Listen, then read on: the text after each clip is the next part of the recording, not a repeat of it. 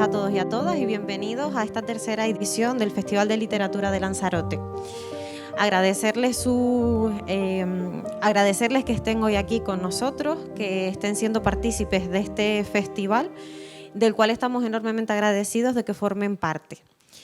Para mí es un placer presentarles al director del festival y también escritor, Carlos Battaglini, quien va a entrevistar al invitado del día de hoy, Fernando Aramburu, a quien agradecemos enormemente su visita en el día de hoy.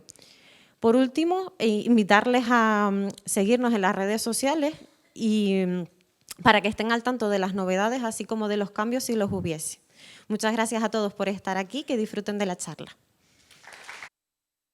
Bueno, buenas noches y la verdad es que es una gozada, no los puedo ver a todos ni a todas, pero sabemos que hay prácticamente más de 400 personas hoy aquí asistiendo a la charla de Fernando Aramburu. Como acaba de decir Celia, esta es la tercera edición del Festival de Literatura de Lanzarote. En primer lugar, los agradecimientos, en especial al Ayuntamiento de Tías por su apoyo significativo para que este festival siga adelante. También, por supuesto, al Ayuntamiento de Yaiza, al de Arrecife, al Servicio de Publicaciones del Cabildo de Lanzarote, y después también a la ayuda privada que hemos recibido por parte de Bodegas El Grifo y Caja 7. Esta tercera edición, como han podido comprobar, nos desplazamos al sur, centro, casi Tías centro-sur de la isla, y más adelante nos iremos a Yaiza y les invitamos a que nos acompañen a todas las charlas porque la verdad es que prometen ser de lo más interesante. Voy a decir unas cositas muy rápidas antes de dar paso a Fernando, que ya me ha dado la venia para que lo pueda tutear. Y simplemente decirles que estén atentos a la página web porque a veces hacemos cambios, como ha sido el caso de hoy, que dada la demanda que recibimos tuvimos que cambiar el aforo al Teatro de Tías. La charla de Cristina Fernández Cuba también va a cambiar y se va a hacer en el Centro Cívico Fondeadero, pero bueno, en resumen, saben que tenemos 6 charlas, hoy la de Fernando Aramburu, el próximo jueves con Elizabeth Duval, seguirá Cristina Fernández Cuba, luego Sergio del Molino y ya en Yaiza a Mónica Ojeda e Ignacio Martínez de Pisón. En medio de todo esto tenemos 2 talleres con los escritores Matías Candeira y Men María. Eso será en Arrecife. Nada, estén atentos a la web, por favor, al canal de Instagram, al programa que muchos habrán recogido en la entrada. Saben que para todo hay que registrarse, para nosotros poder controlar mejor la asistencia. Y no olviden que hay un canal de YouTube donde pueden ver las charlas todas las veces que deseen. En unos días estará la charla de Fernando. Y ahora, sin más dilación, sí damos la bienvenida a Fernando Aramburu.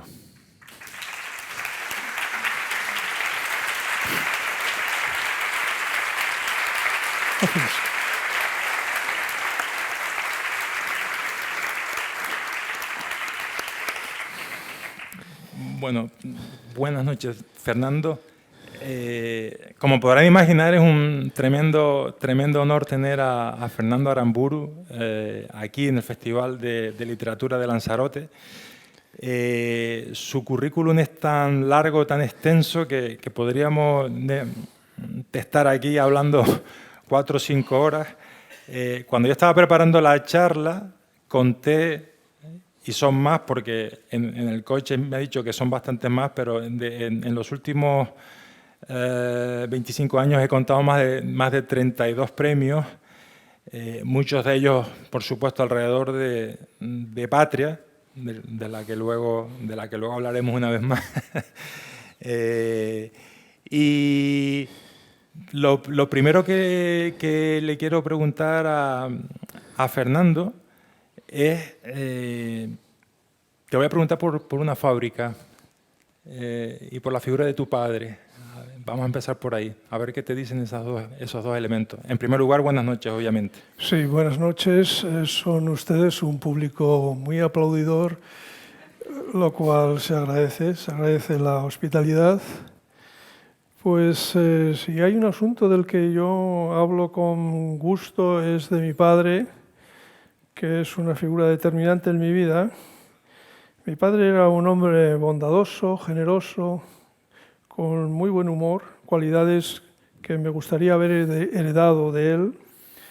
Mi padre era un obrero en una fábrica y fue para mí una especie de contraejemplo, es decir, él representaba algo que yo no quería ser, un obrero, alguien cuyo guión vital ya estuviera determinado de por vida. Y hay una imagen que guardo de él que no he olvidado nunca y que en cierto modo es una de las pequeñas estrellas que están en mi cielo personal y ético.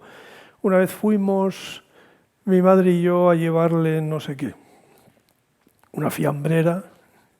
Yo no digo tupper, pero yo soy todavía de los de la fiambrera. Y fuimos a un sótano donde él trabajaba y ahí estaba el hombre. Había habido un escape de agua. El agua maloliente le llegaba hasta los tobillos. Él seguía pegado a una máquina en una fábrica de artes gráficas donde imprimían calendarios, de todo, carteles, libros. Y era una máquina que hacía durante 8 horas el siguiente ruido: chaca, chaca, chaca, chaca, chaca, chaca.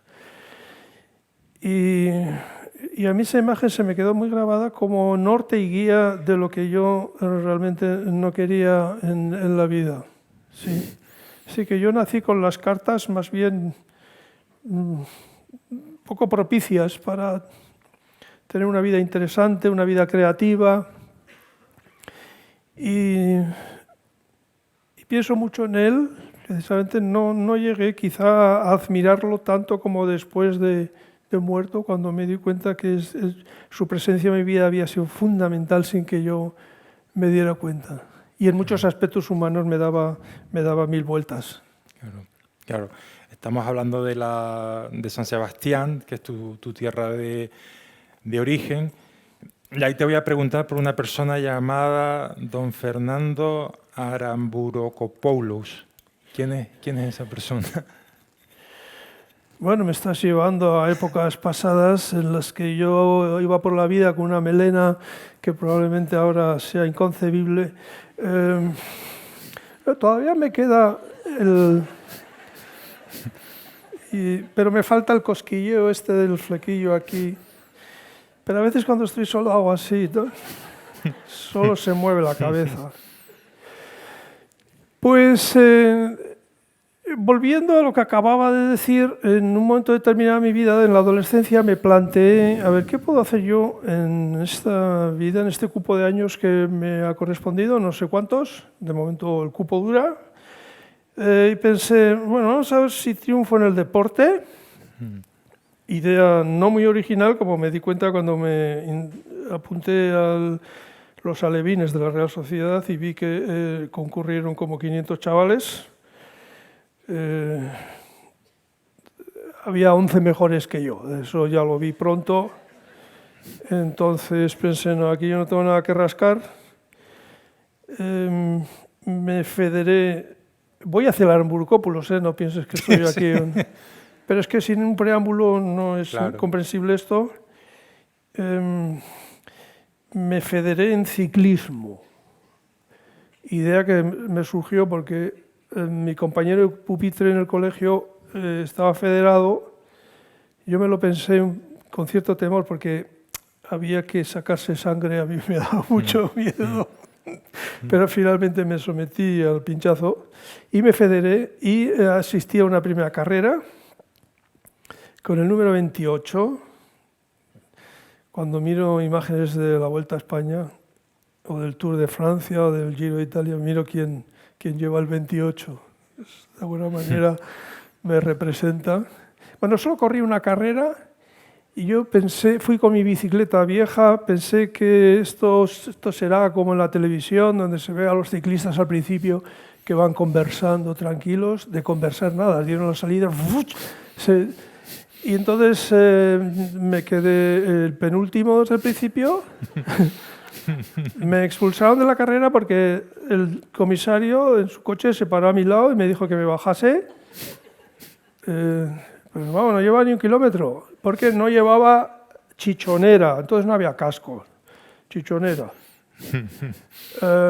No me bajé, porque para una vez que...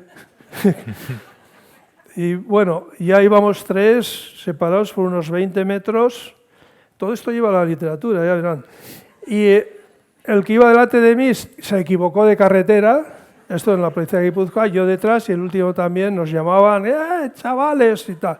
Bueno, bajé, me retiré poco después, pero no porque... Me retiré por vergüenza, porque la gente a los últimos nos animaban con cierto retintín, cierta retranca, y no me parecía agradable ser ahí un mono de feria. Y me monté en el coche escoba y luego iban subiendo otros, o sea que tampoco... Y finalmente mi última tentativa deportiva fue el lanzamiento de jabalina, porque... Pero todo esto es serio, ¿eh? O sea... Ya bueno, cuando empiece con las bromas, no, había en el panel ahí del colegio, pues había una competición atlética de colegios en San Sebastián y necesitaban un lanzador de jabalina. Y pensé, esto es lo mío, jabalina, vamos, voy y tiro. La primera jabalina que yo agarré en la mano fue en el momento de participar. Y me llevé una negativa sorpresa cuando comprobé que pesaba mucho aquel chisme de metal. Bueno, pues necesité 5 intentos para dejar una marca. Pues si no dejar marca, si me caía plana, si no, no es válido el intento. Pues tampoco quedé el último, es que ni siquiera quedé el último. Siempre había alguien que... Bueno, entonces me di cuenta de que ese no era mi camino. Y estuve pensándolo. Y ahí sí que viene un momento decisivo en mi existencia, sin el cual yo ahora no estaría aquí. Y en un momento determinado, a mí, y también se lo debo a mi padre contaba que lo había llamado el patrón, y había ido a la oficina del patrón, y ya mientras lo contaba, él hacía esos gestos de sumisión del obrero raso, y repetía algunas frases del patrón, y yo me daba cuenta de que la calidad del lenguaje del patrón era superior a la calidad del lenguaje que nosotros usábamos en casa. Y creo que ahí se me empezó a encender una luz y comprendí, intuí o barrunté que quien domina las palabras, domina las situaciones, tiene un campo de posibilidades muy grandes. Y esto coincidió con un profesor al que le debo todo, que me metió el gusanillo de la lectura, que me prestaba libros, que me enseñó a poner las tildes. Y de la noche a la mañana me hice un lector compulsivo. Y concebí el sueño de ser escritor a los 15 y 16 años.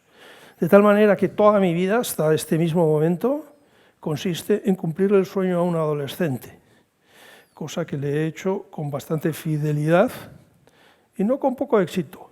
A veces sueño que me encuentro con él y me echo la bronca porque no mantengo algunas ideas que el chaval este tenía, pero yo a cambio le digo, bueno, pero yo he sobrevivido y tú no, ¿no?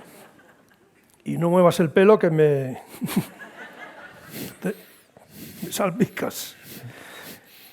Y de esa manera yo entré en lo que es la literatura, esto cambió mi vida, esto fue una revolución interna.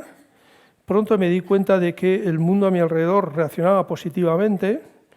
Por ejemplo, ahora que no me oye nadie, se ligaba bastante. Si uno utilizaba cierto vocabulario un poco refinado, o si tenía cierta habilidad poética, caramba, uno despertaba cierto atractivo, cosa que todavía me motivaba más y me afianzó en el deseo de efectivamente construir toda mi vida a partir de o en relación con la escritura. Entonces no tenía dinero, pero tenía mucha ilusión. ¿Qué hacer? Yo no tenía una editorial, tampoco escribía bien. Entonces se me ocurrió fundar un grupo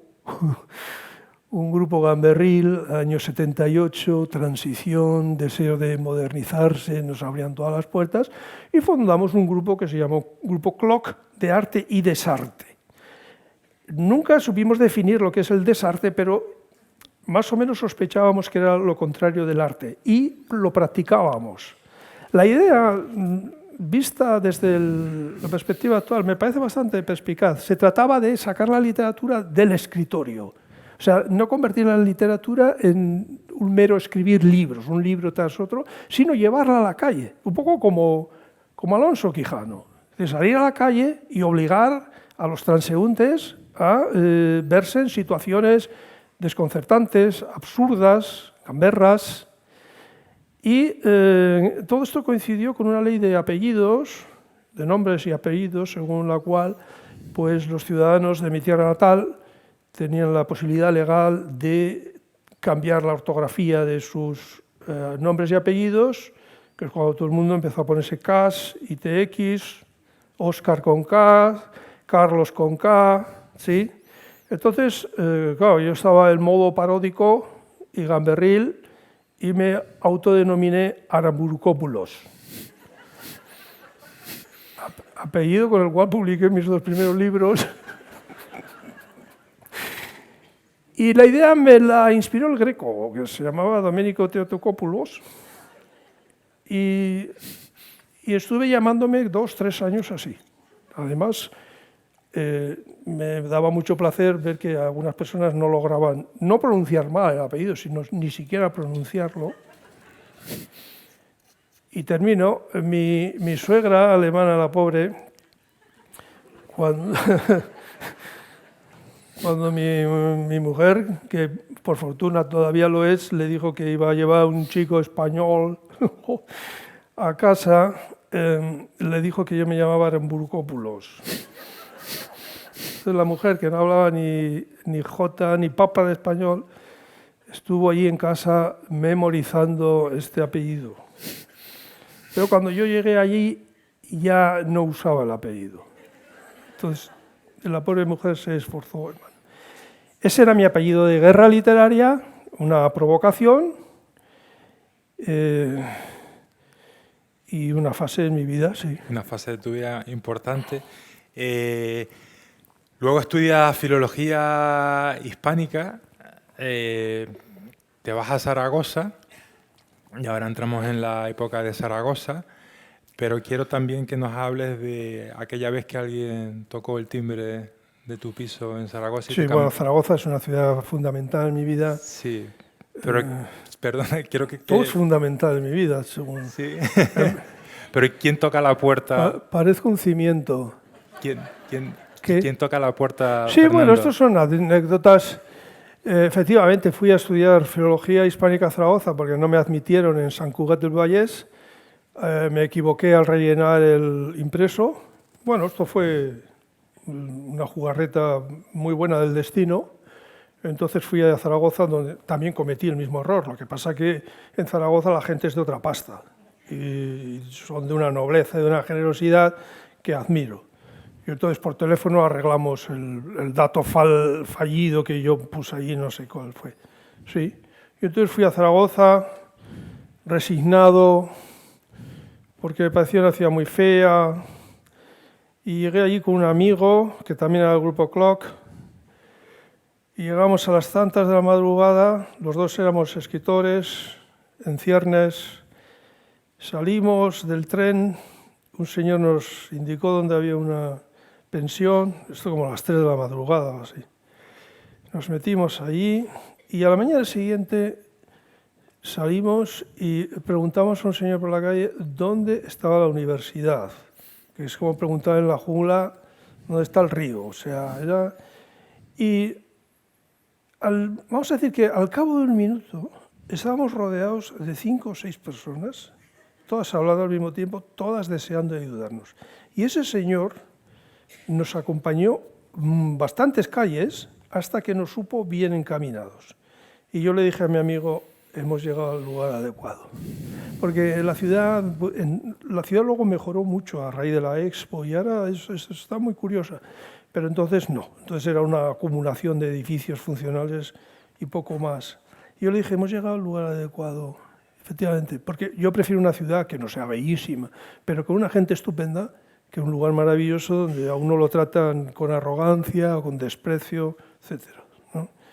Y bueno, pues en Zaragoza no solamente terminé Filología Hispánica, carrera que hice porque me pareció que era la más próxima a la actividad literaria, y en efecto lo era. El primer día que yo llegué a la universidad se me cayó el alma al suelo cuando vi aquel edificio antiguo, viejo. Pensé, ¿en qué panteón voy a terminar yo Filología Hispánica? Dios mío, ¿pero qué es esto? Bueno, pues me equivoqué completamente. Los profesores eran magníficos, de 30 y pocos años. Ahí estaba Aurora Ejido, que es académica de la RAE actualmente, Agustín Sánchez Vidal, 30 y poquitos años, gente joven, gente innovadora, que hablaba de jazz, de cine en las clases. Todos fumábamos, yo fumaba mi faria después de comer a mi alrededor. Había que sacarme el humo para verme. Y allí conocí a la guapa, claro, que es la razón por la que yo ahora, desde hace 40 años, resido en Alemania. Pero todo empieza después de que... Sí, bueno, un día sonó el timbre en nuestro piso de estudiantes, éramos 3. Yo les dije a los otros, ¿por qué no habilitamos como habitación la sala si no la usamos? Si viene alguien, pues en lugar de pagar lo que pagábamos entre 3, pues entre 4, y así queda un poco de dinerito para las noches de Zaragoza. Estuvieron de acuerdo y yo puse unos pasquines por las facultades, puse Se busca persona, para, en fin, para no discriminar por sexos. Entonces, claro, el lenguaje inclusivo, cuando no estaba popularizado, se me ocurrió poner persona, y un día sonó el timbre a una hora criminal para estudiantes, a las 10 de la mañana. Los otros estaban en la cama y yo salí y abrí la puerta. No me lo podía creer, es que no lo podía creer. Pero era un piso ahí en un barrio de las afueras, más modesto que un armario ropero, y ahí estaba esa chica tan guapa, preguntando si realmente importaban chicas, dijo, si importan chicas. Me sentí como un traficante de chicas. No, mayores meteduras de pata me han pasado a mí en Alemania, o sea que... Y entró, y entonces ahí estuvo conviviendo con nosotros un tiempo. Le enseñé a hacer tortilla de patatas, en fin, un poco para civilizar a estos europeos que se alimentan de salchichas y demás. Y bueno, y finalmente pues surgió una relación que dura hasta la fecha, y es la razón por la que yo vivo en Alemania. Lo nuestro es una historia muy bonita de estudiantes, sencilla, pero tenía un fundamento, un suelo sólido de amor, pero también de amistad y de compromiso, de vivir juntos y de fundar una familia, y seguimos juntos. Y una vez estuvimos en Lanzarote todos, aquí, la anterior vez. No los vi a ustedes, pero yo aquí estuve. Sí, es verdad, en los años 90. Pero antes de preguntarte por Alemania, creo que hay también un punto de inflexión que puede ser, de alguna manera, el inicio de Patria, que también se vuela en otros libros tuyos, como Años Lentos, etc. Creo que hay un suceso desgraciado, que es el asesinato de Enrique Casas, el senador, que creo que es un poco te cambia también el enfoque de tu perspectiva, sí. ¿No? Bueno, yo era poeta, no tenía responsabilidades familiares ni laborales, era provocador, era surrealista, era divertido, daba acceso al sentido del humor en todo lo que hacía, me complacía hacer cosas con sentido colectivo, pero vamos a decir que era todo muy juvenil todavía. En el año 84, un grupo, no exactamente ETA, sino un grupo que se hacía llamar Comandos Autónomos Capitalistas, asesinó en su casa al senador del PSOE, Enrique Casas. Y este hecho a mí me golpeó muy fuerte, más que nada porque yo conocía a este hombre personalmente.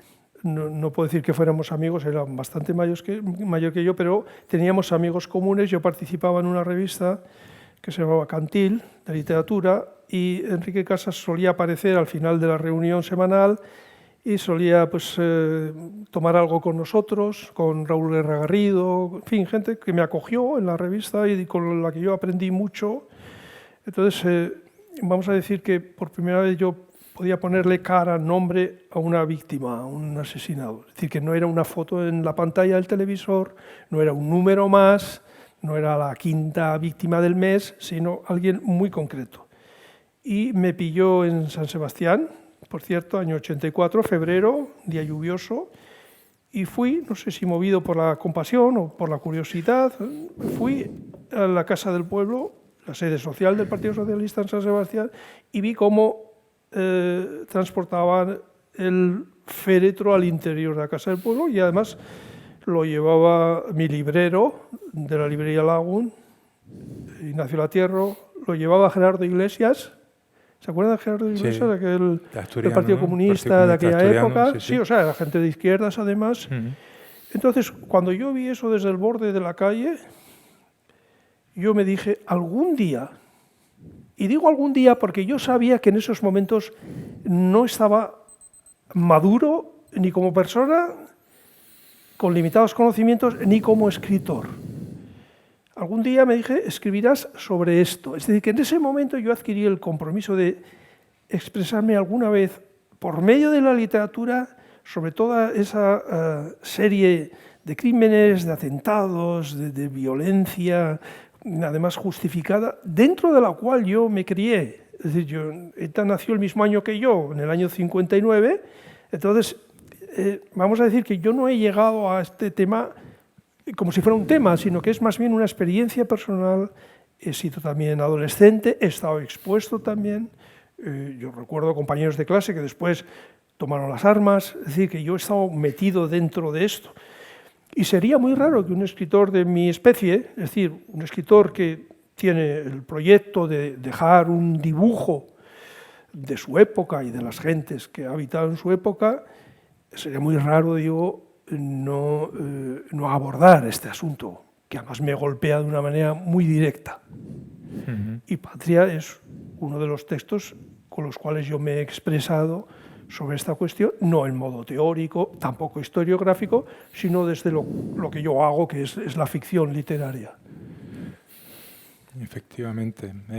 Sí, lo que te decía antes, que seguramente ahí empezaba ya el germen de lo que iba a ser. No voy a decir tu gran obra porque tienes tantos libros, pero vamos, un libro importante. No, pero yo soy el de Patria. Como Patria. No, por eso. Es que no quiero. Sé que yo está un poco. Estoy en la calle o estoy en la feria del libro, ahí sentado, y pasa la gente y dice, mira, el de Patria. Dice, ¿no?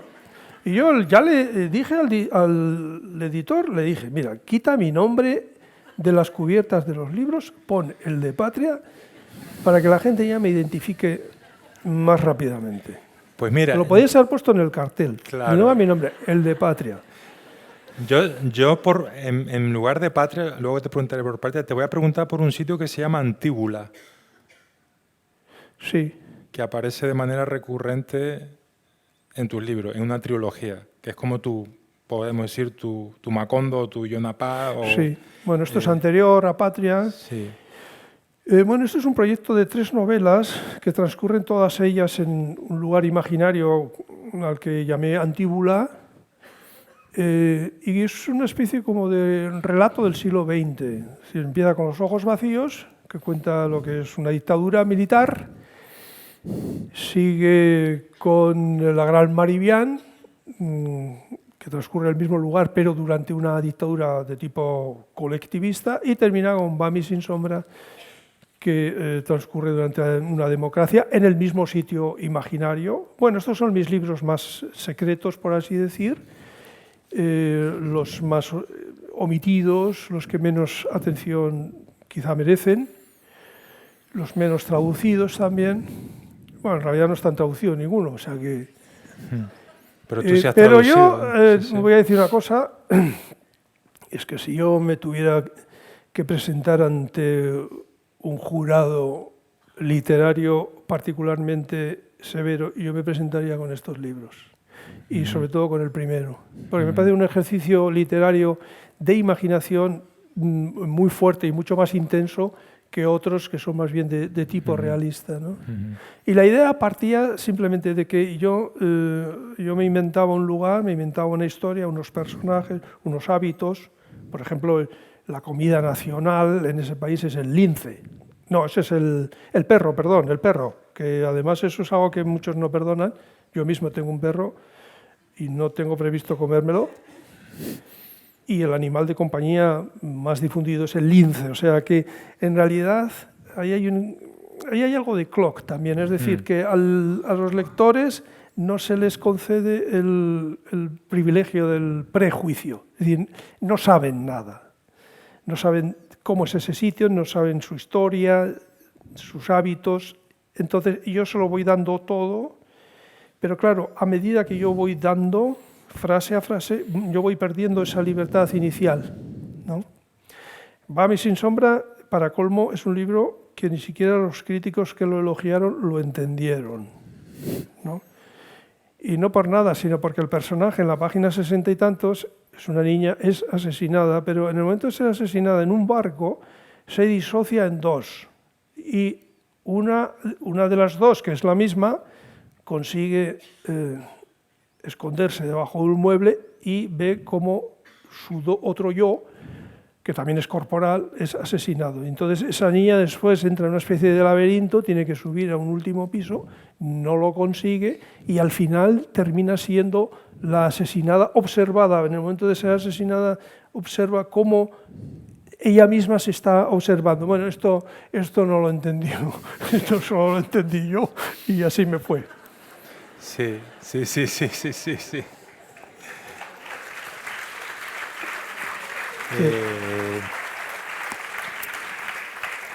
Y entonces dije, voy a escribir Patria, porque si no, no me van a hacer caso.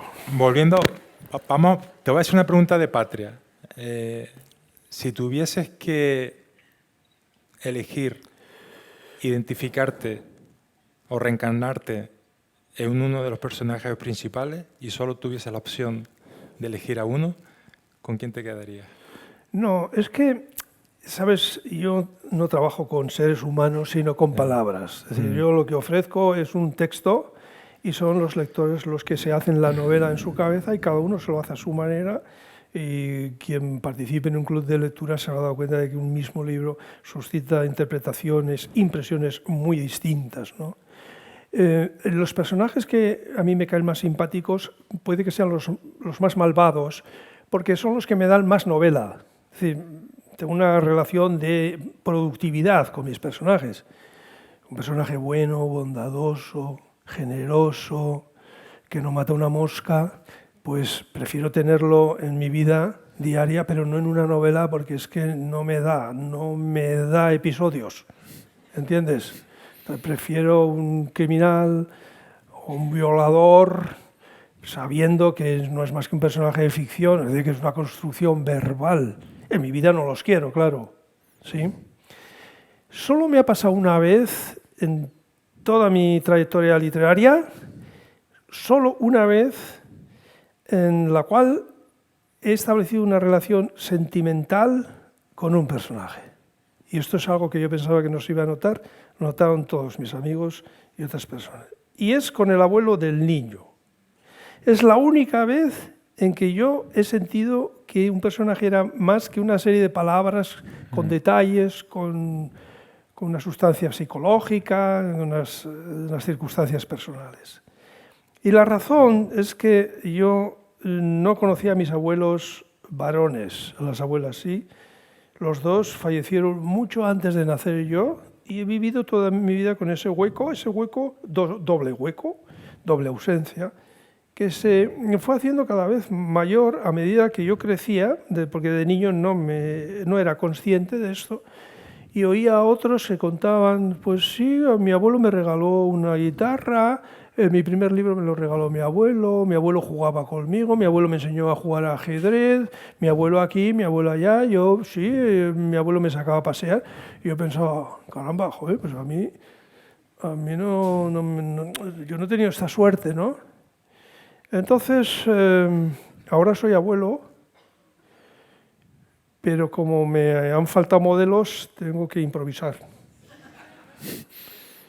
Y en vista del resultado, creo que no lo hago del todo mal. Pero en todo caso, y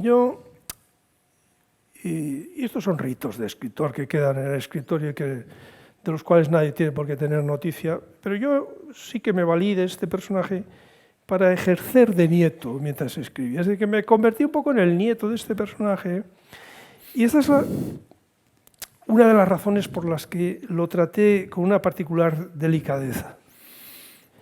¿Sí? Y lo libré de cualquier acción donde él quedara pues, en el mal lugar.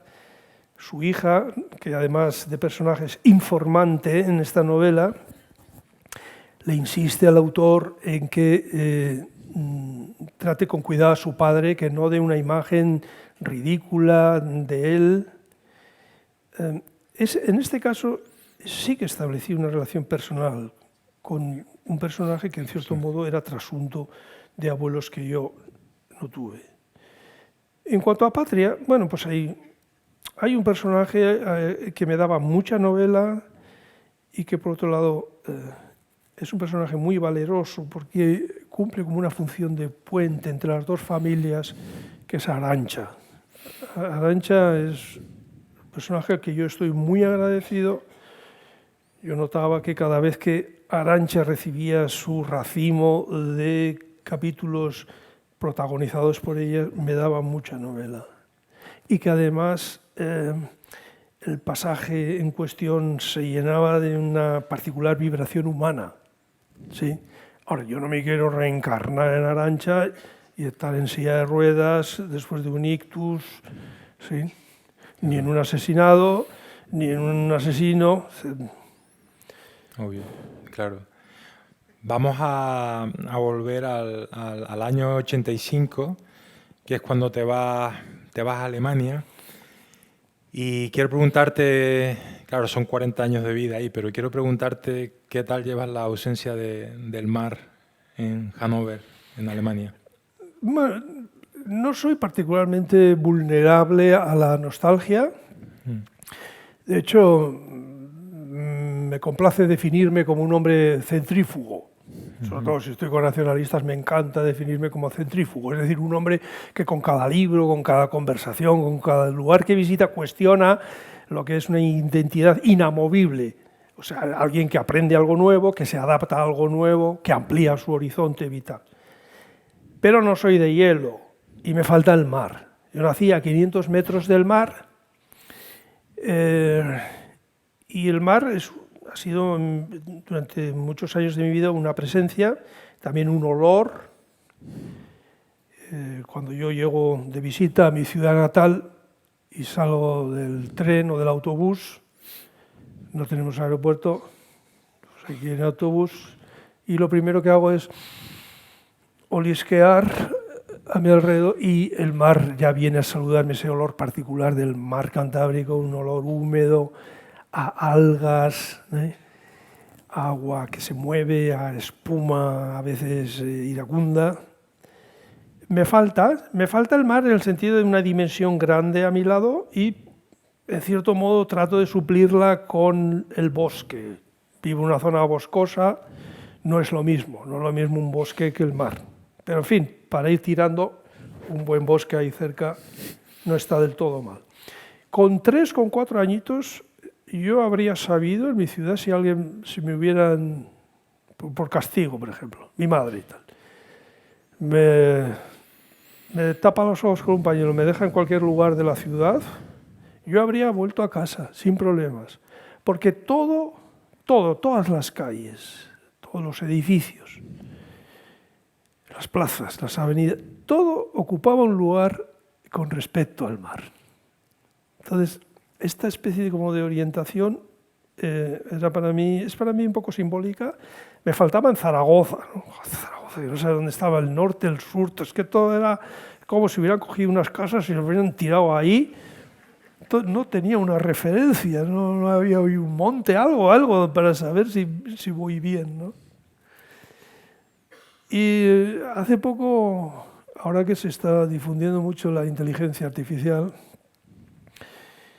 le pregunté por cuál es la idea de Aramburu sobre el mar. Y salió ahí, me sorprendió y acertaba.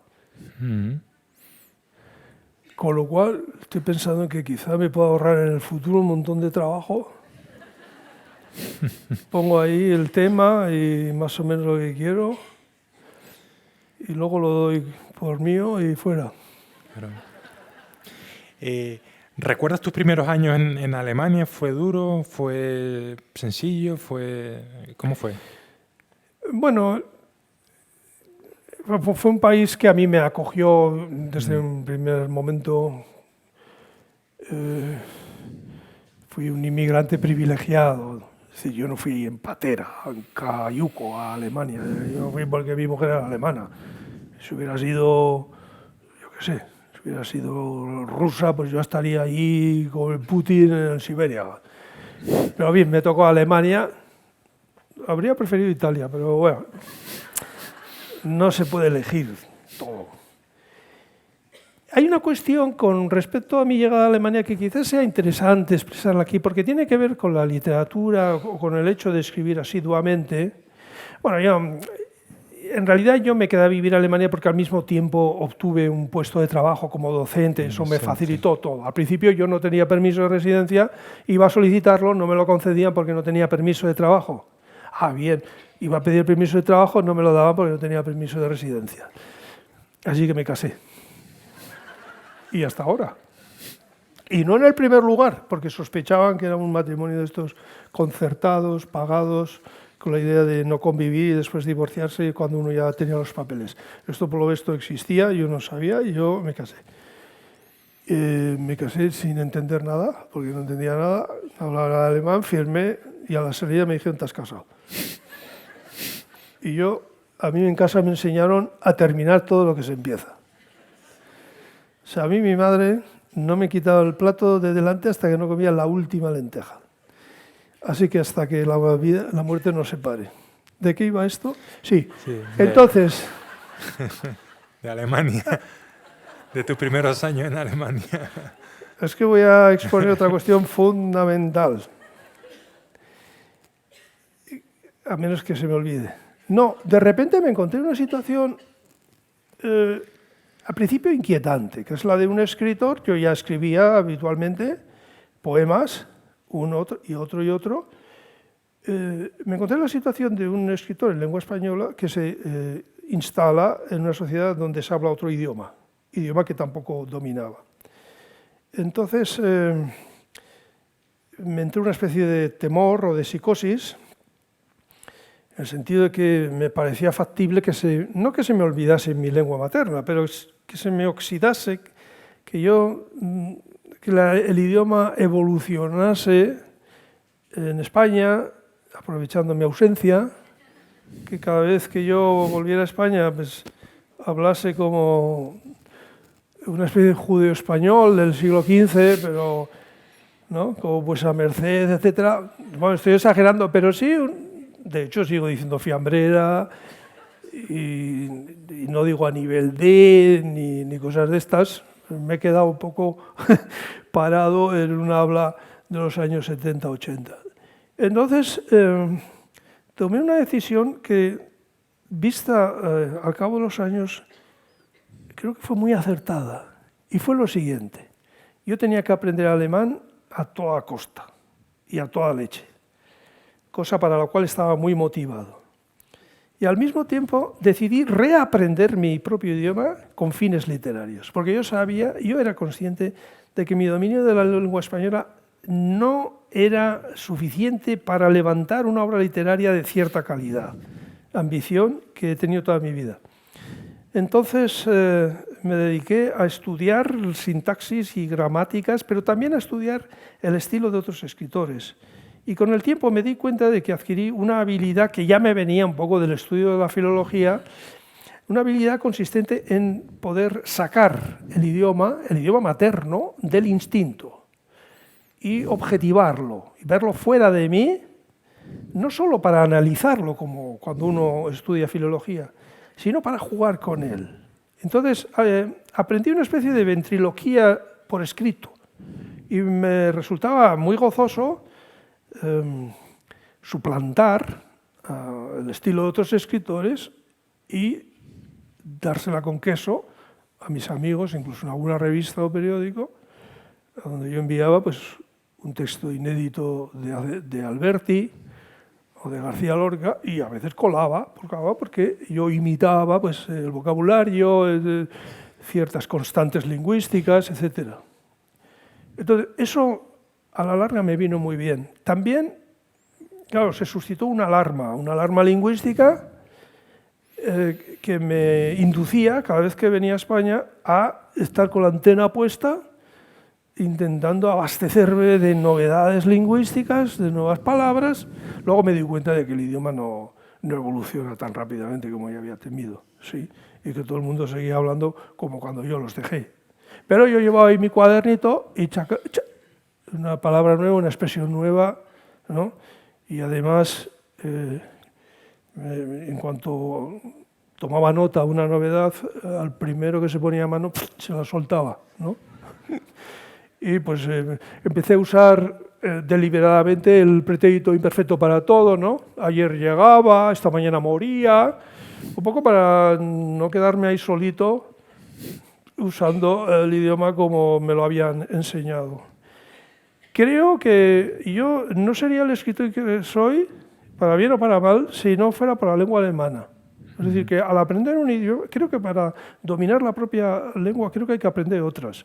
Porque uno ve otras posibilidades, uno ve las carencias del propio idioma, o uno puede ser consciente de aportaciones que puede hacer, y mis novelas están salpicadas de expresiones alemanas que se entienden perfectamente. Por ejemplo, cerrar los nervios. Me cierras los nervios, me estás sacando de quicio. Y de estas uso bastantes. ¿Sí? Ya terminó. Entonces, Mira, que podría seguir aquí. Sí, estabas hablando de bueno, la faceta, como dijimos al principio, Fernando Aramburu ha tocado todo tipo de géneros literarios, entre ellos la traducción del alemán al español. Pero quiero preguntarte una cosa que a muchos nos ha parecido súper curiosa, que ayer la comentamos, ¿no? Que muchos matarían por escribir en la contraportada del País, y tú, sin embargo, renunciaste a ello. Sí, bueno, tenía una columna semanal los martes. Sí. Efectivamente, la última página lo dejé, les dije, con un mes de antelación, claro, para que pudieran encontrar un sustituto, que me parecía que yo no estaba aportando nada valioso, no me divertía, me veía buscando temas a toda costa.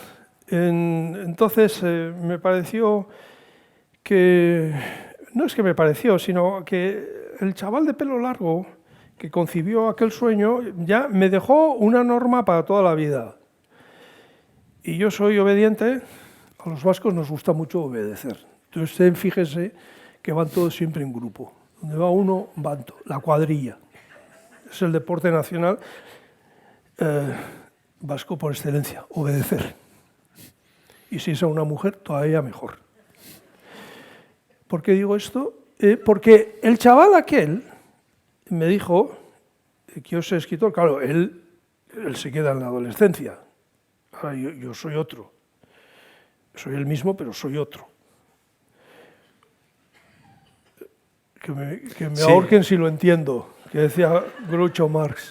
Me dijo, todo lo que tú escribas, vamos a decir en plural, todo lo que escribamos en las distintas fases de nuestra vida, todo tiene que ser un reflejo directo de nuestra verdad personal, no de la verdad absoluta o con mayúscula, sino de la verdad propia. Es decir, que todo lo que escribamos será consecuencia de lo que pensamos, de lo que sentimos, de lo que queremos expresar. Y además será expresado no de una manera chapucera, sino que tú, nos tuteábamos el chaval y yo, tú, es que era un descarado, Aramburu, tú te esforzarás siempre por dar a los demás, puesto que tú escribes para los demás, lo mejor que puedas.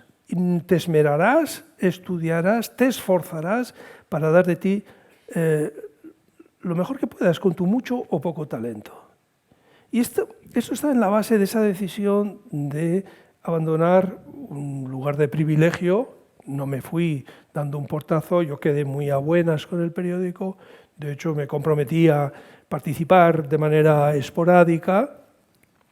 Claro, hace 20 años, cuando estaba atado a la necesidad de ganar unos honorarios para llegar a final de mes, pues no me habría podido permitir esta decisión. ¿Sí? Claro. Bueno, la verdad es que fue una decisión de esta, bueno, sorprendente. Pero y también soy sí. consciente, claro, que uno va cumpliendo años, se van incorporando nuevas generaciones de escritores, de periodistas y de todo. Ocurren muchas cosas, estamos bombardeados de información y llega un momento en que algunos llevamos con la lengua afuera y con nuestra pequeña opinión, a ver, a lo último que ha ocurrido, no me veo a gusto en ese papel. Es que además yo considero que desde un punto de vista intelectual lo meramente opinativo es lo más frágil de nosotros. Es decir, y hasta el punto de que no es raro que uno se sitúe en un rincón ideológico para poder despachar la tarea. Es decir, que ya te dan las premisas y al final ya solo tienes que decir o atacar o argumentar contra, ya diga lo que diga, porque estás situado ahí. Y eso no lo quiero, no lo quiero. Cuando tomaste esa decisión, has dicho que venía tu alter ego juvenil, por así llamarlo. ¿Escuchaste también la voz de Albert Camus, que es uno de tus referentes morales, ¿no? Sí, bueno, yo estoy muy agradecido a este intelectual francés, Albert Camus, porque me procuró los rudimentos éticos que me siguen sirviendo en un momento muy importante de mi vida, justo en medio de una sociedad en la que había atentados continuos. Sí. No voy a decir que él me salvara de caer en ese abismo, pero yo notaba que cuando actuábamos con el Grupo Cloc a veces éramos injustos. Es decir, nuestra tarea era mayoritariamente parasitaria. Es decir, necesitábamos que otros hubieran hecho algo previamente para ir nosotros a pintarrajearlo, a criticarlo, a mancharlo, a romperlo. ¿Sí? Pero luego yo llegaba a casa y sí, nos lo hemos pasado muy bien, pero de alguna manera pues dependemos de la actividad de otros, de la iniciativa de otros. Esto es muy conservador, pensé. O sea, yo necesito que el mundo sea como es para después actuar en él y además considerarme rebelde. Niño terrible, enfant terrible y tal. Muy divertido y de hecho acumulamos un anecdotario enorme que está contado en un libro de editorial Hyperion, por cierto. Esto me causaba una insatisfacción y entonces cayó en mis manos El hombre rebelde de Albert Camus. Yo tenía una educación cristiana de niño que hizo la primera comunión y todas estas cosas. Quiere decir que ya de pequeño, pues más o menos sabía lo que estaba bien, lo que estaba mal, lo que es pecado, lo que no era pecado. Es decir, que tampoco iba como un nihilista infantil por la vida. Y ya de niño estaba más o menos predeterminado a considerar que haciendo daño a los demás no se podía construir una sociedad positiva. Y en eso sigo creyendo. Pero bueno, yo ya había perdido mi fe, por así decir, y estaba en un momento, un poco como en el personaje de Dostoyevsky, de los hermanos Karamazov, que considera que si Dios no existe, todo está permitido. Y eso es un pensamiento muy peligroso. Y entonces, bueno, yo leía compulsivamente, de un libro, otro y otro, toda la noche leyendo, junto a mi flexo, que va un calor aquí, una bombilla azul, no sé por qué azul, se pusieron de moda las bombillas azules, y a las 5 de la mañana se levantaba mi padre, se iba a la cocina, encendía el cigarro, y cuando se largaba, yo me metía en la cama. Y me levantaba a la 1, desayunaba lentejas, porque ya directamente el almuerzo. Entonces, una de esas noches cayó en mis manos El hombre rebelde, en edición popular de Alianza, y ya el prólogo fue como una iluminación. Cuando Camus define el hombre rebelde como aquel que dice no. Hasta ahí nosotros ya habíamos llegado. No a esto, no a otro, crítica aquí, pintarraje ahí, reventábamos conferencias, poníamos en la primera fila, hablaba el conferenciante y nosotros hacíamos... Y así. Y ruidos varios, carcajadas, todo muy divertido, pero siempre a costa de alguien que hacía algo. Y entonces Camus dice esto, el hombre rebelde es el que dice no, coma, y sigue la frase. Pero, al mismo tiempo, en el acto de la negación, dice un sí. Y eso para mí fue determinante. Es decir, que en toda acción, tanto pública como privada, uno, al final, tiene que ofrecer algo positivo. Yo puedo criticar algo, pero en el hueco que creo, tengo que poner algo. Si yo cuestiono algo social, bien, pero yo tengo que proponer algo que reemplace a eso y que sea mejor que eso y que sea provechoso y positivo para todos. Este principio también ha guiado en mi vida privada y me cambió radicalmente. Y entonces, efectivamente, la rebelión no termina por el hecho de que uno lo tire todo y lo critique todo y lo cuestione todo, sino que se consuma cuando uno en el hueco, en el agujero, en la cavidad que crea con su acción, pone algo para los demás. Y esto sostiene éticamente toda mi vida, por supuesto toda mi escritura y también mi vida familiar y mis amigos, etc. Y esto me vacunó definitivamente contra la violencia. Y me hizo comprender algo que funciona siempre y en todos los lugares, con todas las personas, en todos los ámbitos, y es el respeto. Cuando uno respeta a los demás, creo que está actuando éticamente de la manera más correcta. Y luego, el mundo, no siempre, pero generalmente le corresponde también de una manera acogedora, en todo caso positiva. De hecho, hay una canción que refleja mucho esa percepción que acabas de decir y que es una de tus favoritas, que es la versión de Mercedes Sosa de Gracias a la vida, ¿no? Que un poco explica todo ese concepto. Sí, bueno, es que efectivamente uno pasa a lo largo de su vida por distintas convicciones, uno baraja ideas, uno está ahí como delante de un buffet de ideas, de propuestas y va cogiendo de aquí, ¿no? Y hay gente que se define como marxista, liberal, pero yo entiendo que se han asumido, es decir, que no han creado esas ideas, ¿sí? Y una idea básica en mi vida es la de la gratitud a la vida. O sea, yo celebro haber nacido, no ignoro los dramas de la vida, no ignoro nuestra condición pasajera, pero yo estoy agradecido a la vida. Hay un poeta en España particularmente que... Yo no escribo poemas porque ya los escribe él, que es Eloy Sánchez Rosillo. Es un hombre muy generoso con la vida, un hombre que disfruta del paso de un pájaro, de un nuevo amanecer. Esta actitud de serenidad, de gratitud, de reconocimiento, de que también la vida tiene sus cosas bellas y agradables, vamos a decir, la filosofía a la que yo finalmente me he acogido, ¿no? Vamos en unos minutos a dar paso a las preguntas del público, por si alguien quiere decir algo, que vayan pensando, porque además estamos ya finalizando el acto. ¿Qué público?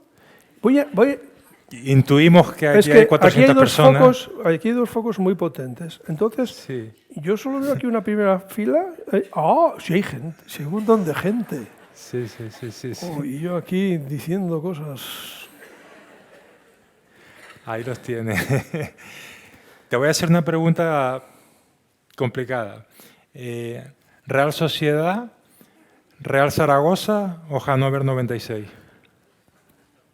Y bueno, a pesar de mi frustración deportiva, sobre la que dije unas palabras al principio, sí, bueno, soy todo lo contrario de un forofo, de un apasionado, pero tengo unos corazoncitos deportivos dentro del pecho, pues, el más grande pues, late, sufre por la Real Sociedad. Me da mucha pena que Real Zaragoza lleve más de 13 años en segunda división.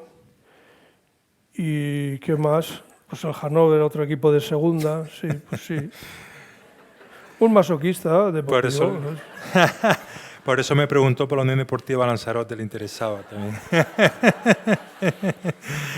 Bueno, estoy repasando aquí la obra de Fernando y es que es tan extensa, es tan vasta que, bueno... Basta con V, ¿no? Con V, sí. Juan Manuel de Prada me hizo la misma aclaración. Basta con V, evidentemente. Pregunta alguien. No veo o sea, no puedo ver a nadie, pero si alguien quiere preguntar algo, mira, aquí creo que alguien ha dicho algo, ¿no? Mira, aquí hay una señora, no sé si Celia puede alcanzar el micro.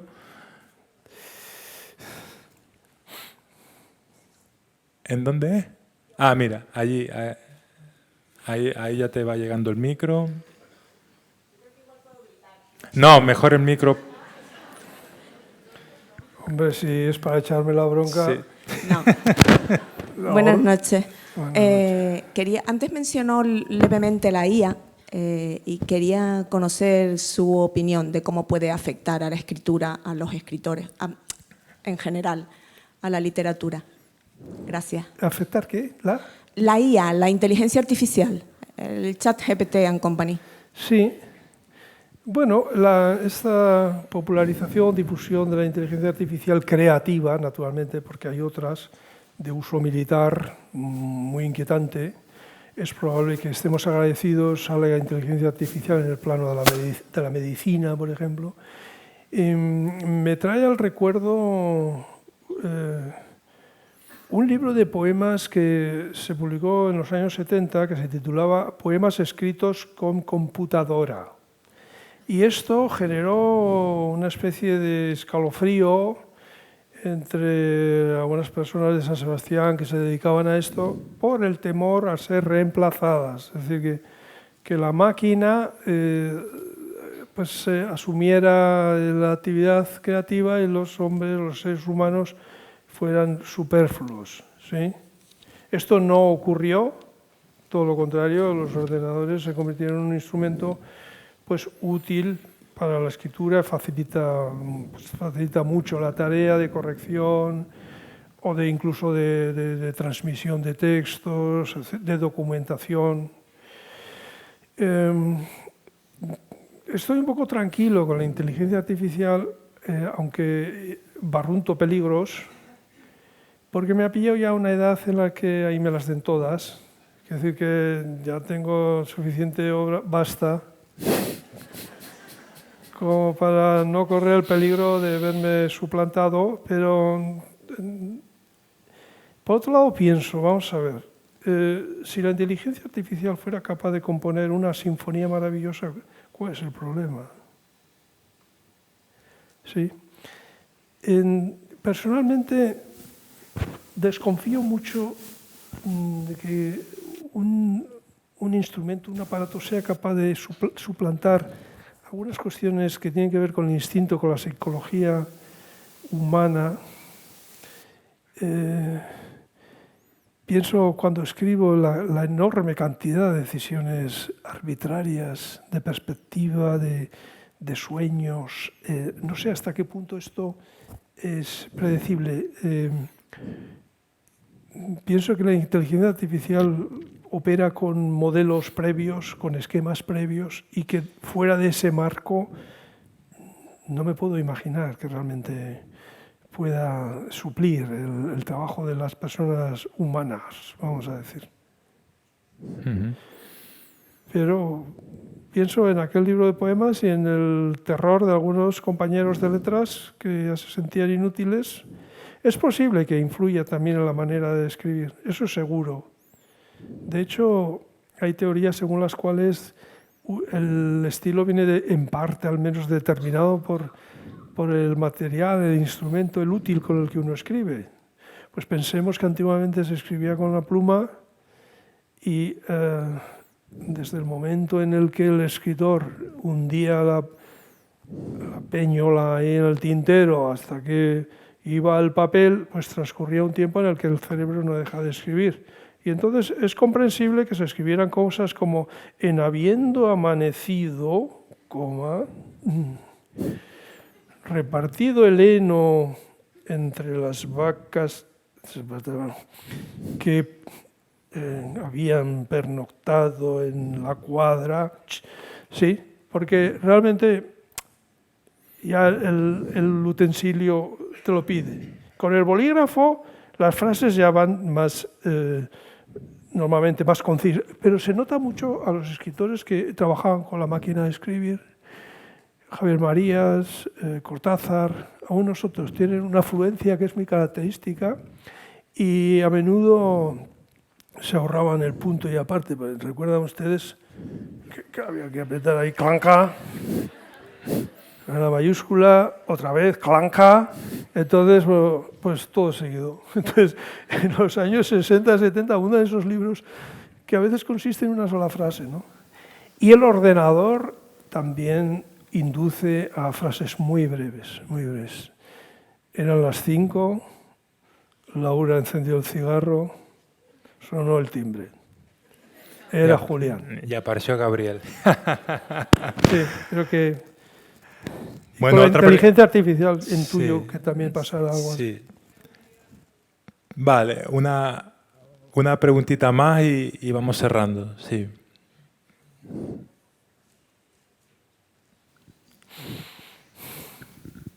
Hola, buenas noches. Somos muchas las personas que nos dedicamos a la docencia que estamos aquí esta noche de público. Y nos encantaría tener adolescentes como ese Melena que estaba en esa aula y que tuvo un profesor que le contagió ese deseo, ¿no? por los libros. Si usted estuviera en un aula hoy en día, ese adolescente, ¿qué libro querría que le aconsejaran? ¿Qué libro cree usted que es imprescindible para estos chicos que tenemos nosotros con capuchas en las aulas y enganchados a tanta tecnología, que no digo que hay que demonizarla, pero que está ocupando mucho espacio que ocupaban antes los libros y nos está costando tanto engancharlos? ¿Qué libro nos recomendaría? Bueno, sería fácil recomendar un libro, pero no sé si serviría de algo. Fui durante 24 años docente de niños y de adolescentes. Esto que plantea usted no me es ajeno. Una vez le requisé el Tamagotchi a un alumno que andaba ahí enredando durante la clase. Lo metí en el cajón, al final vino, se lo dijo, se ha cagado, decía.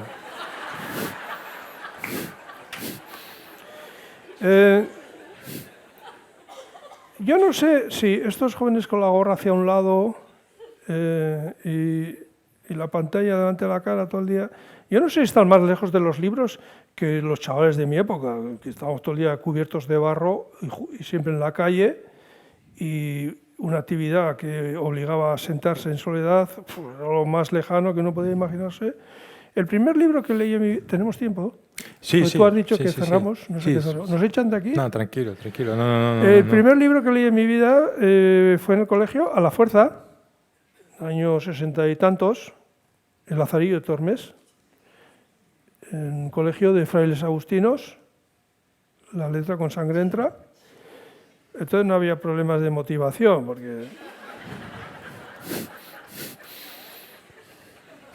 ya el primer día de clase fue mi madre y le dijo, a este, con lo cual ya me entregó a los leones.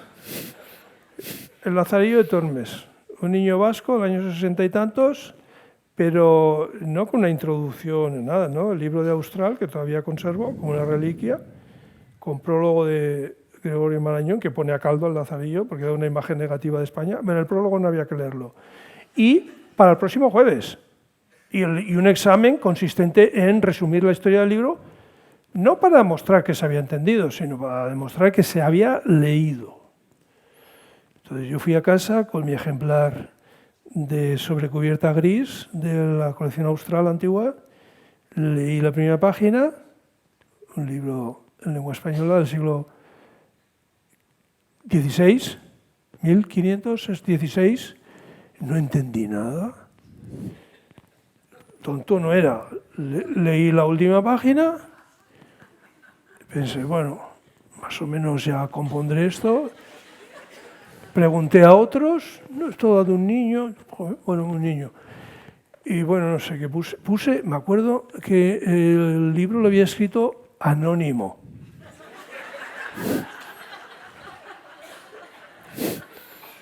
Me sonaba como Antonio, anónimo.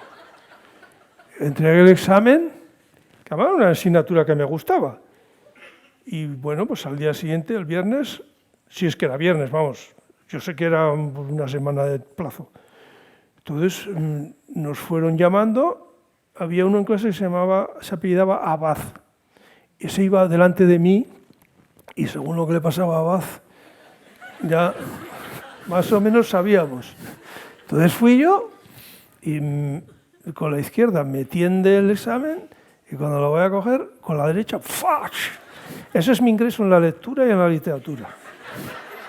Tuve que releer el libro, que por cierto vi que al niño le pasaban cosas como me pasaba a mí en colegio.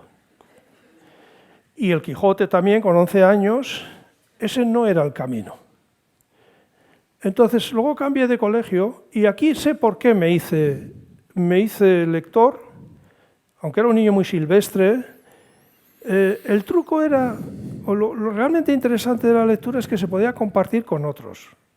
Y eso es quizá la única posibilidad que yo veo. Es decir, que primero había una vitrina con libros en el pasillo de la cual uno podía sacar libros y llevárselos sin ni siquiera rellenar una ficha. Y yo veía, joder, que había otros que se llevaban libros y se formó ahí una especie como de rivalidad por ver quién leía más y quién leía los libros más gordos. Y digo, joder, pues yo a ver también, o sea, a mí usted no me gana, ¿no? Luego teníamos un profesor que era, como pedagogo, era muy astuto, ahora lo he visto, contaba sus lecturas y sabía contar pasajes que eran un poco picantes, ¿sabes? Con lo cual, un poco con contenido un poquito psicalíptico, un poco sexual, ¿no? Esto siempre despertaba interés en los adolescentes. Y tenía un hábito que era sorprendente, y es decir, que al principio de cada clase, daba igual sobre lo que iba a tratar la clase, nos leía un fragmento de Juan Salvador Gaviota. Al principio había un montón de ruido, pero con el tiempo aquí se convirtió en una especie de rito y aquellos 30 y tantos chavales, ya todos varones, con los zapatos embarrados, pues terminaban escuchando. Además nos ordenaba escribir redacciones y al pie de ellas solía poner un comentario con tinta roja. A mí eso me da mucho placer hasta el punto de que yo pasé de estar todo el día corriendo en la calle a convertirme en una especie de escritorcito, que le hacía redacciones voluntariamente. Y conservo los comentarios, pero no las redacciones. Ya intuí que no debían ser muy buenas, pero sí conservo todo esto.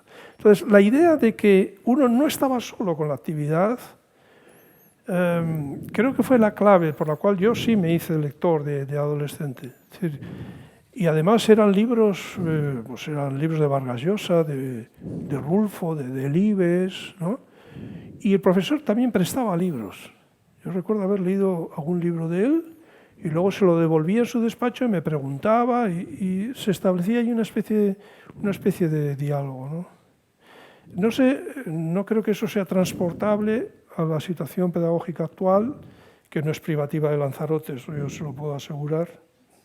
Creo que todos somos hijos de nuestra época, ¿sí? Pero sigo creyendo que la posibilidad de que los alumnos compartan en algún tipo de debate, convirtiendo tal vez la clase en una especie de club de lectura, poniendo en sus manos libros que entiendan, o sea, no Los sueños de Quevedo, como en mi caso, para el jueves que viene, puede que no funcione con todos, pero sí con algunos. Y para ellos, para los que sí funcione, esto puede ser muy importante en la vida. ¿Sí? Bueno, pues ahí queda esa reflexión, recomendación de Fernando. Me preguntan, pues... Claro. Bueno, una mano ahí. La última, ¿vale? Que ya llevamos... Aquí, por favor. Aquí, micro, por favor. Y ya vamos cerrando.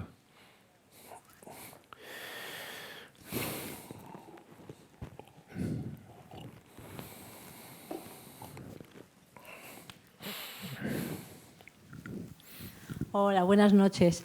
Fernando, bueno, yo me voy a hacer la pregunta sobre Patria. Ya tocaba. Soy vasca también y, bueno, muy poquito más joven que tú y también viví seguramente la misma realidad que tú. Cuando salió el libro de Patria me interesó inmediatamente, leía críticas, leía reportajes, pero no sabes, digo yo, me parece que necesito muchas fuerzas para leerme este libro. No sabes, porque realmente digo, ay, qué necesidad tengo de rememorar, ¿no? Entonces, bueno, tardé unos meses, soy lectora habitual, pero tardé unos meses en decidirme. Y al final leí el libro y me gustó muchísimo, pero efectivamente me tocó muchísimo. Entonces, claro, tuvo mucho impacto en mí. Mi pregunta es, ¿tú qué impacto consideras que tuvo la obra en la sociedad vasca? Ya sé que en España fue un éxito absoluto y total, pero en la sociedad vasca, ¿qué impacto crees que tuvo y si funcionó como revulsivo para una parte de la sociedad? Bueno, fuera cual fuese, la repercusión del libro no estaba prevista. Es decir, yo escribí este libro como escribí otros. Cuando lo publiqué tenía ciertas esperanzas, pero es que siempre las tengo, no se cumplen, ¿sí? Pero el libro salió con una tirada superior a lo habitual en mí. Yo no era un escritor del todo desconocido, pero en absoluto uno que frecuentara las listas de más vendidos. Yo pensé que con Patria pues, ofrecía una obra literaria y no otra cosa en lo que el libro se convirtió. Bueno, yo estoy catalogado como no nacionalista, no, de hecho yo mismo lo digo, o sea, no es que... Y entonces, pues, yo sé de antemano a quiénes no va a gustar mi libro y también yo sé de antemano que me van a silenciar en determinados medios, lo cual no, me parece bien. Quiero decir que no necesito que determinadas personas hayan placer en lo que yo hago.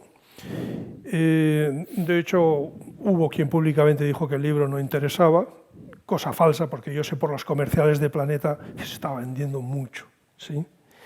El libro salió en septiembre de 2016. Al principio tuvo, vamos a decir, un recorrido literario. Primeramente llamó la atención por componentes literarios, y así fue juzgado. Y cuando llegó Navidades pensé, bueno, no ha estado mal, hemos vendido un poquito. Pero, bueno, pues lo normal es que un libro en España o en cualquier otro país pues, tenga un recorrido inicial, comercial, y luego pues desaparezca, o en todo caso quede un ejemplar allí en la estantería. A eso estaba yo acostumbrado.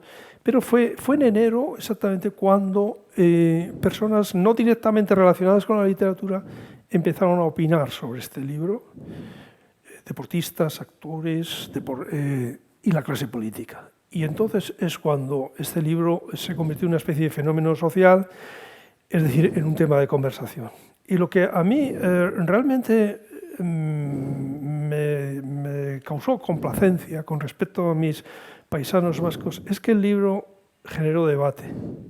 Y este debate, extrañamente, era pacífico. Es decir, que se opinaba a favor, se opinaba en contra, pero los distintos periódicos reunían distintas opiniones que abarcaban 2 páginas o más y cada cual opinaba desde su rincón ideológico. Me causaba un placer más o menos maligno comprobar que personas del ámbito nacionalista no se ponían de acuerdo tampoco. Sí que hubo algún torpe que opinó del libro sin haberlo leído, echando en falta elementos que estaban dentro del libro. Eso me pareció positivo. Creo que en eso sí hubo una aportación, en el sentido de que la banda había dejado de matar, todavía no había desaparecido, y por tanto el terrorismo persistía. Aunque en la práctica no se concretara en acciones, ¿no? Y me pareció que yo había aportado un suscitador del diálogo. Es decir, que gracias a ese libro se hablaba no solo del libro, sino de cómo teníamos que elaborar desde la ficción, desde la memoria, todo lo que había ocurrido ahí. Hubo quien exageradamente dijo que era la versión definitiva. Yo rápidamente dije que no, aún así me insistía en que yo había dicho lo que no había dicho. No es verdad. Un libro no puede contener toda una época ni toda la vivencia de una sociedad. Eso es absurdo, eso es una pretensión muy vanidosa. Era una aportación más que recogía muchas circunstancias de la vida privada de las personas. Y eso no lo daba el periodismo, no lo daba la historiografía. Una novela no opera con datos. Una novela responde, en todo caso, a la pregunta de cómo se vivió aquello, qué suponía estar ahí en un pueblo cada día, ¿no? Y entonces, claro, las personas que leen esto, y sobre todo si son cercanas, si son de España, pues inevitablemente se preguntan, muchas de ellas, ¿qué habría hecho yo?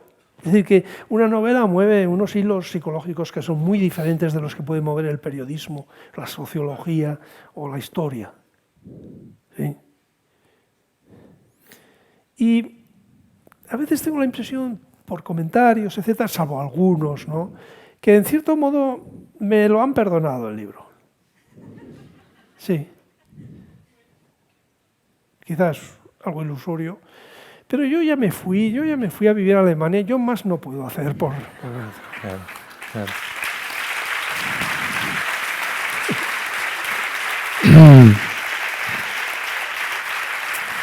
Gracias.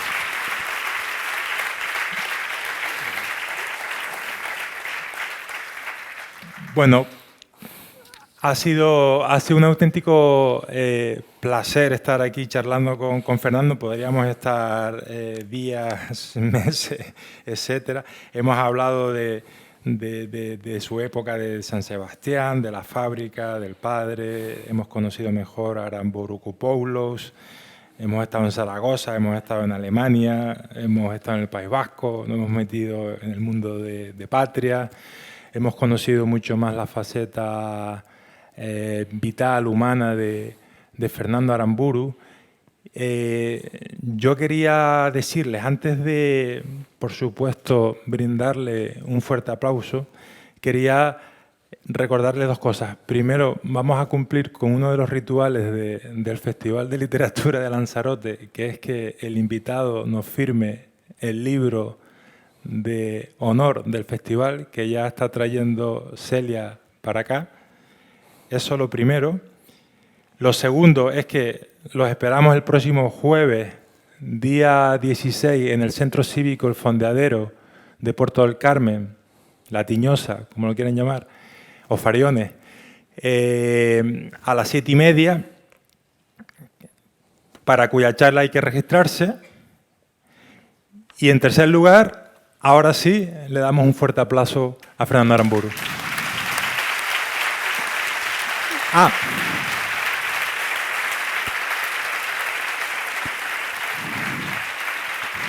Disculpe, se me olvidó un detalle importante. Fernando va a estar fuera firmando libros. Aquel que quiera adquirir uno de sus ejemplares, pues él estará encantado de firmarlo. Él, después de firmar aquí, va afuera, se va a sentar ahí, así que allí les esperará. Así que buenas noches y muchas gracias. Bueno, gracias.